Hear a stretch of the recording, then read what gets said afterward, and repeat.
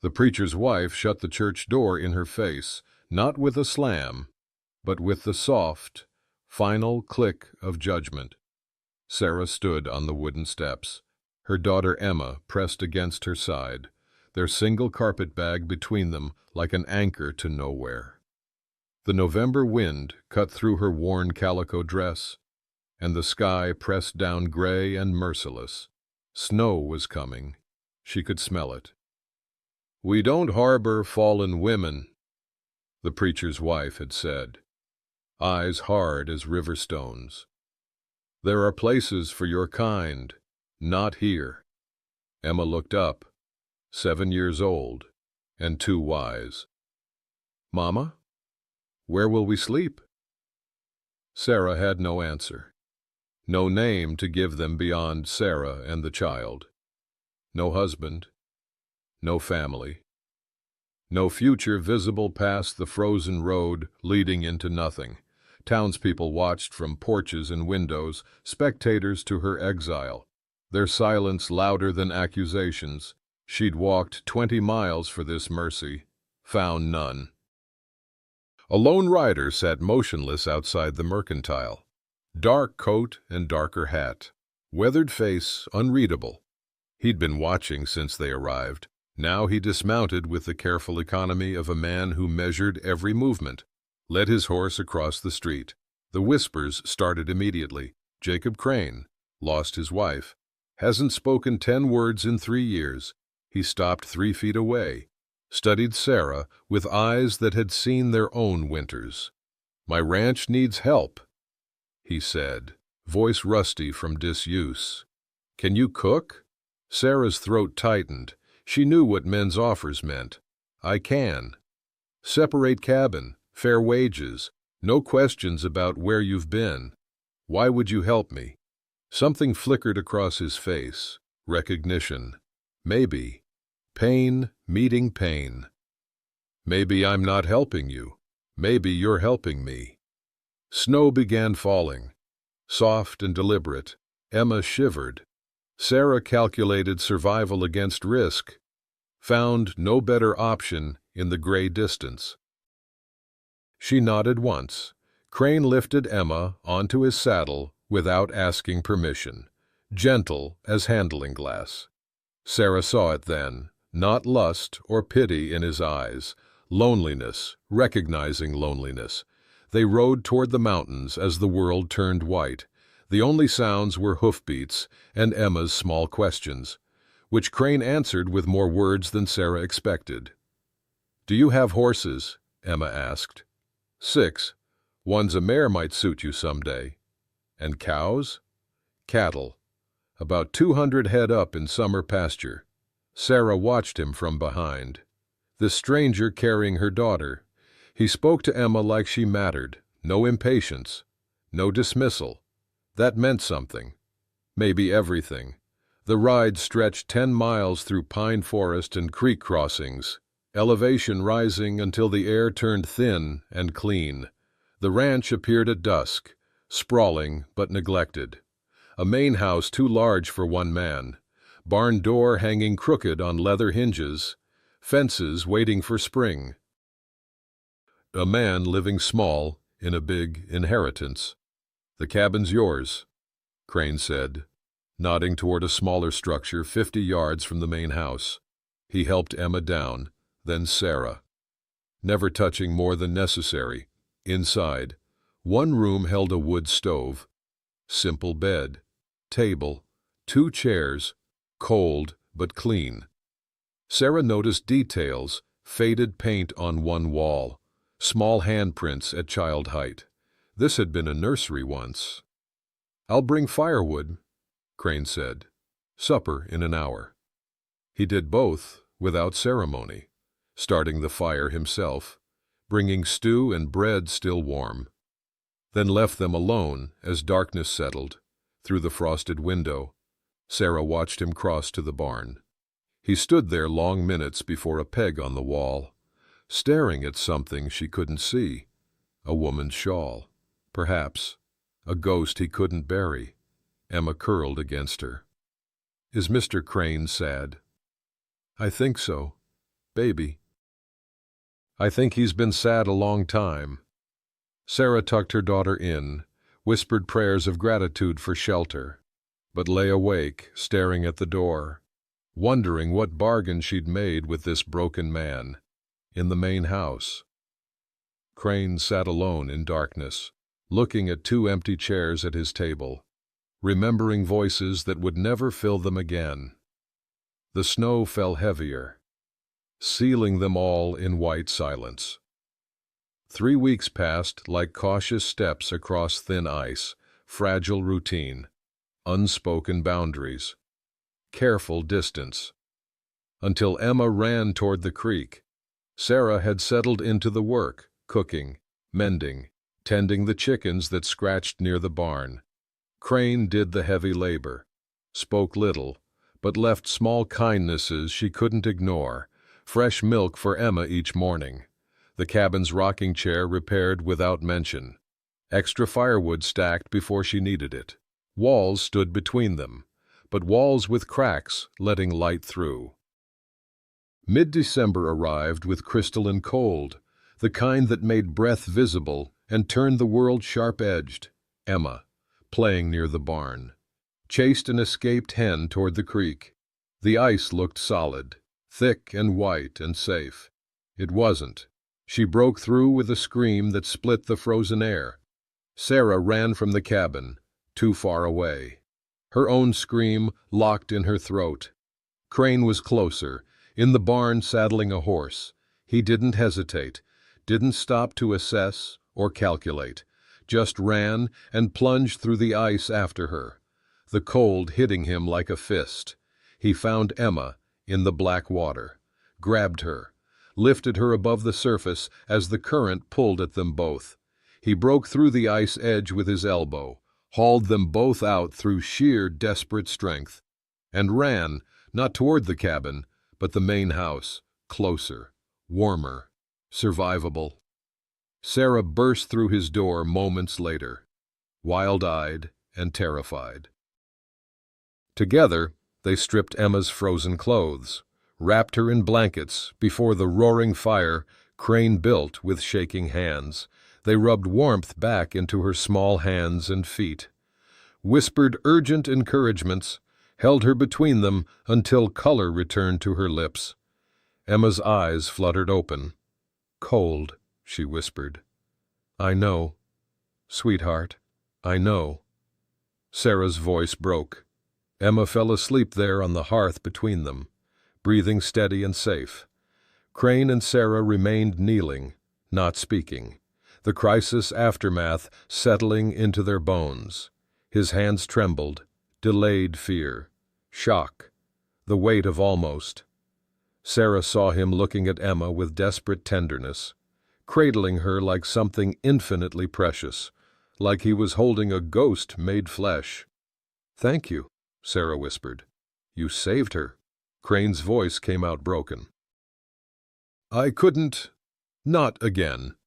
Their eyes met across Emma's sleeping form, raw, unguarded, all pretense stripped by terror and relief. Sarah saw his wound laid bare, a child lost before, unable to save them. And he saw hers reflected, a woman who'd lost everything trying to protect what remained.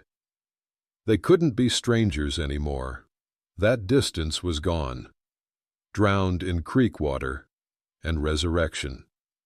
That night, lying in her cabin bed, Sarah knew the truth. We're bound now, for better or worse. Spring came slowly to the high country, but it came, and with it, something neither dared name. Late February brought the first thaw. By March, the snow retreated to shadowed places, revealing brown grass waiting for green. The ranch woke to lambing season and fence mending, the work of renewal. Sarah and Crane worked side by side more now.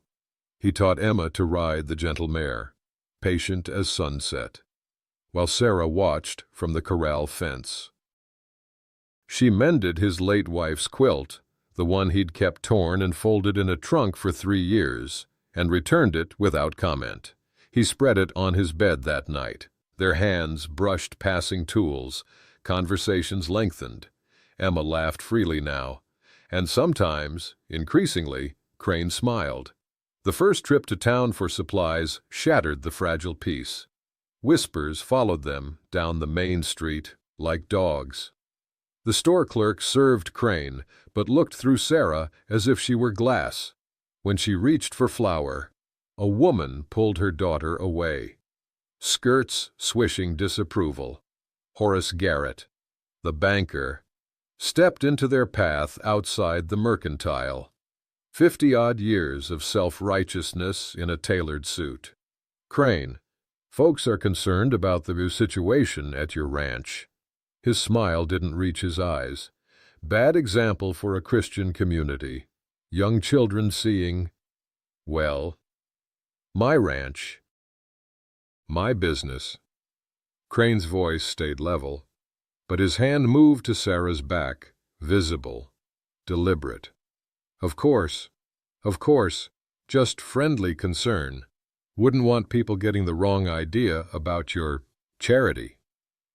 On the ride home, Sarah's hands twisted in her lap. You'll lose their respect. Had their respect, didn't keep me warm at night.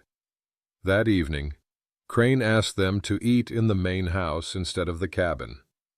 Family eats together, he said simply. The word hung between them. Family. Too large and too perfect to touch. Over dinner, Emma announced, Jacob smiled today, twice. They all laughed. The sound strange and good. After Emma slept, Sarah and Crane sat by the fire. He asked about Emma's father, carefully, giving her space to refuse. She stiffened, then surrendered. He was married. I didn't know until after. The shame in her voice could have filled a river. Crane nodded slowly. No judgment in his face. Some men don't deserve what they're given. Outside, spring rain began, washing winter away, making room for what came next. She told him everything that night, the whole truth she'd carried like stones in her pockets. His name was Thomas. He'd courted her properly in the town where she grew up, brought her flowers, spoke of marriage and a home with a garden. She was 19 and believed in promises. I gave myself to him, Sarah said, staring at the fire. Thought we'd marry come fall. When she told him about the baby, he'd laughed, actually laughed, then explained about his wife and 3 children in the next county. Called Sarah his mistake. Disappeared before dawn. Her family disowned her. The church shunned her. She'd wandered from town to town for 7 years, Emma growing up on roads and borrowed rooms, both of them nameless. Sarah is all we are, she finished. Can't even give my daughter a surname. Crane listened without interrupting, then shared his own wound. Margaret, his wife, had gone into labor early while he was away, buying cattle in Miles City. Came home 3 days later to 2 fresh graves on the hill. His son had lived 20 minutes. Margaret, an hour.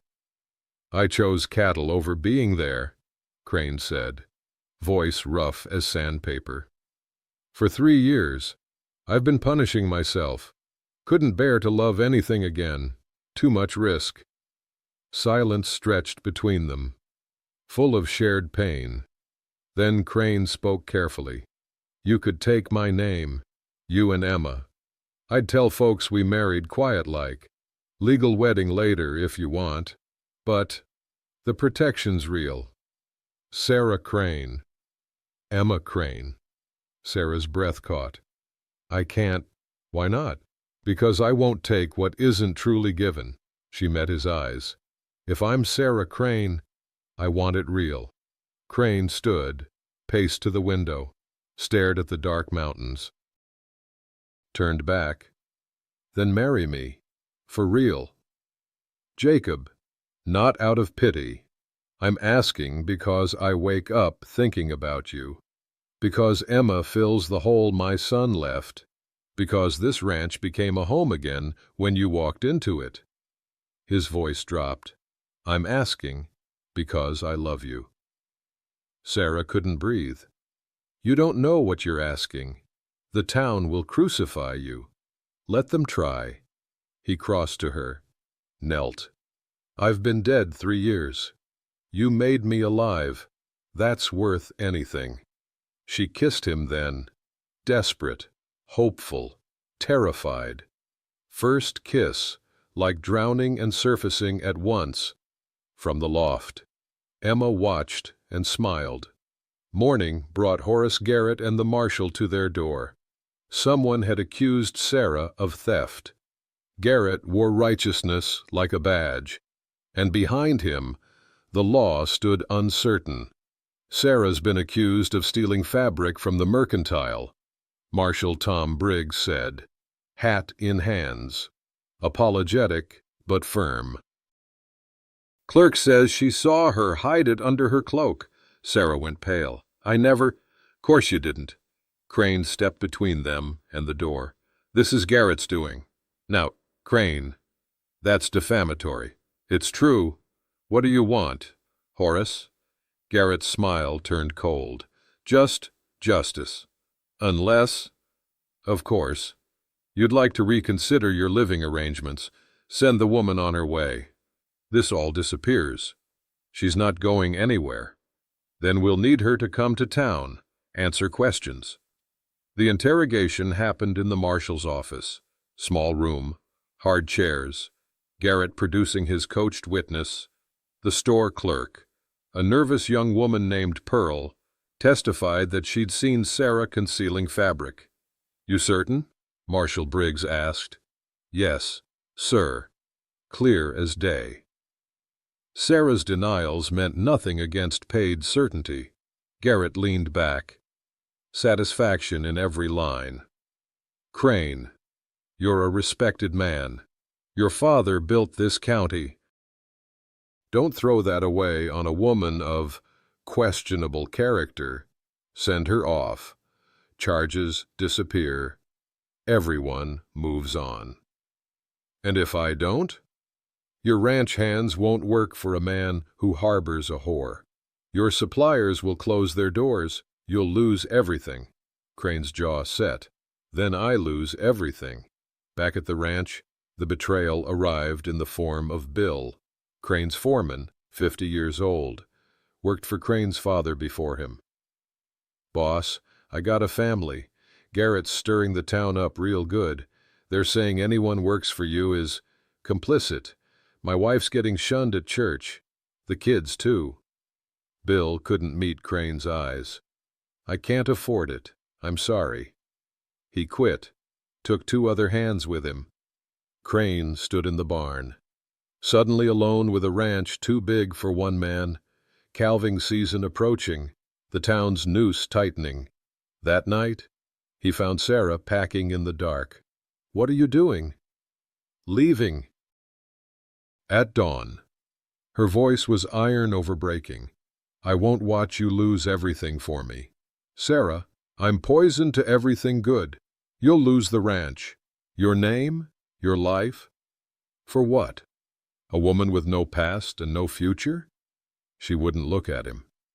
Hands shaking as she folded Emma's few dresses. Crane's heart stopped.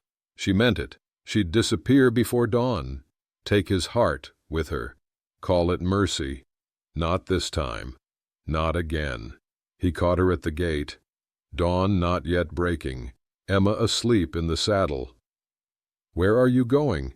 His voice came out harsh with fear. "Away. Somewhere you're not ruined by knowing me." "You think you're saving me?" Crane grabbed the horse's bridle, stopped them. "You'll kill what you brought back to life. Better that than watching you lose everything." "I lost everything already." The words tore out of him. "My wife, my son, my will to live. Then you showed up with nothing and gave me everything back." "You think I care about Garrett? About property?" About what small-minded fools think? Sarah's composure cracked. They'll destroy you. I was already destroyed. He moved closer, voice dropping. You're the only thing that made me remember how to breathe. Emma's my daughter in my heart. You're my family, the only one that matters. Jacob, I love you. Say it plain, I love you. And I'm not letting you leave to save me from a life I want. Sarah broke then, sobs tearing through her chest. I love you too. God help me. I love you, but I'm terrified. Then be terrified with me. He pulled her off the horse, held her. We'll stand together. I'll marry you in front of the whole damn town. Put my name on you and Emma legal. Dare them to say a word. What if they win? Then we lose together. But we'll have had something real. That's more than most people get in a lifetime. Emma woke, looked down at them. Are we staying? Crane looked up at her.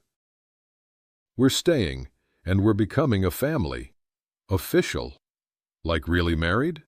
Really married. He lifted her down, held them both. We've been a family. Now we're making it so nobody can take it away. Dawn broke over the mountains. New day. Gold and pink across snow peaks. Sarah wiped her face, nodded. Sunday, Crane said. We're going to church. Sarah understood. The church, the town's heart, the place that rejected her, where judgment was delivered and mercy withheld. We'll ask them to publish the bans, Crane continued. Marry us properly, and if they refuse, we'll marry anyway and dare them to say it doesn't count. It was war declaration and love letter at once. Emma threw her arms around them both. We're a family now? We've been a family, sweetheart. Now everyone else will know it. They walked back to the ranch together, sunrise lighting their path. They rode to church like soldiers to battle, dressed in their best, carrying nothing but courage. Sunday morning. May, Redemption Creek's white church stood against blue sky. Steeple pointing toward mercy it didn't always grant. Townspeople gathered on the steps, going silent as Crane rode up with Sarah beside him and Emma between them. Crane dismounted, helped them both down, walked them through the parting crowd without hesitation, took them to the front pew reserved for founding families. His family's place for 3 generations. People shifted away like water from oil. Preacher Davies watched from the pulpit, 60 years old and visibly conflicted. After the service, Crane stood. Preacher, I'm asking you to publish marriage bans for Sarah and myself. 3 weeks from today. The congregation erupted. Horace Garrett surged to his feet, face purple. This is outrageous. Crane waited for silence, then spoke, voice quiet but unmovable. I was broken when she arrived. Lost my wife, my son, my faith. This woman, who you judge so easily, showed me kindness when I'd forgotten what it was. Her daughter brought laughter back to my home. He paused. If she's a sinner, so am I. If you judge her, you judge me. We're asking this church to witness our marriage, asking this community to choose mercy over pride. You're a fool, Garrett started. Maybe, but I'm a fool who can sleep at night. Crane looked around the room. I'm not asking for approval. I'm telling you who I'm marrying. You can accept it or not, but if you can't, then you lose me. Anyone who thinks reputation matters more than love. I pity you. Silence fell like a stone in deep water. Then families started leaving. Garrett stalked out, 3 others with him. Crane's heart sank. He'd gambled everything and lost. But then, Miss Alice, the schoolteacher, stood. I'll witness the wedding, Mrs. Henderson, the widow, followed. So will I, Tom Walsh, the Valley rancher. And I, not everyone, not even half, but enough, cracks in the wall, Preacher Davies nodded slowly, tears in his old eyes. "I'll perform the ceremony. Saturday next." Walking out, Sarah whispered, "You did that for us." "I did it for me. I'm tired of fear winning," Emma asked. "When you marry Mama, can I be Flower Girl?" Crane laughed, full and real. "Wouldn't have it any other way, sweetheart." The wedding was small, the vows simple, and the love that bound them was the kind that rebuilt broken things. Saturday afternoon, late May, the ranch in full bloom, wildflowers carpeting the meadow, mountains majestic against endless blue. They married under the cottonwood trees near the creek where Emma had fallen through ice, where everything had changed. Preacher Davies officiated, Miss Alice, Mrs. Henderson, Tom Walsh and his family stood witness. A few loyal ranch hands, freshly hired, watched from respectful distance. Emma wore a new dress Miss Alice had sewn, stood beside her mother with wildflowers in her hair. Crane wore his father's suit, cleaned and mended. Sarah wore a simple blue dress, but she glowed. The vows were traditional until Crane said, "Sarah Crane," and she broke, tears streaming down her face because she had a name now, a real name, and it meant belonging. He placed his mother's silver ring on her finger. Sarah's vow included Emma. "I promise to be your wife and to honor the family we're building." Then Crane turned to Emma, knelt. "Emma Crane, I claim you as my daughter. Before these witnesses, I adopt you as my own. You're mine now, if you'll have me." Emma threw her arms around his neck. "Papa," his voice came out thick. "I heard. Little one." Best thing I ever heard. The reception was simple: food, laughter, Tom Walsh's fiddle playing while Emma danced on Crane's boots, giggling. New ranch hands had arrived throughout the week. Word had spread of Crane's stand, and decent men sought decent work. The ranch would survive, thrive, maybe. As sunset painted the mountains gold, Sarah and Crane stood on the porch, Emma chasing fireflies through the grass. "I have a name now," Sarah whispered. "A real name." "You gave me back mine," Crane said, holding her. "I was Jacob Crane, the dead man. Now I'm Jacob Crane, the man who loves you."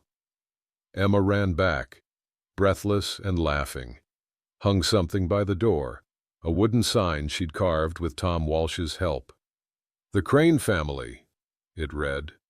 3 names where once was one. Inside, lamplight glowed warm. The table was set for 3.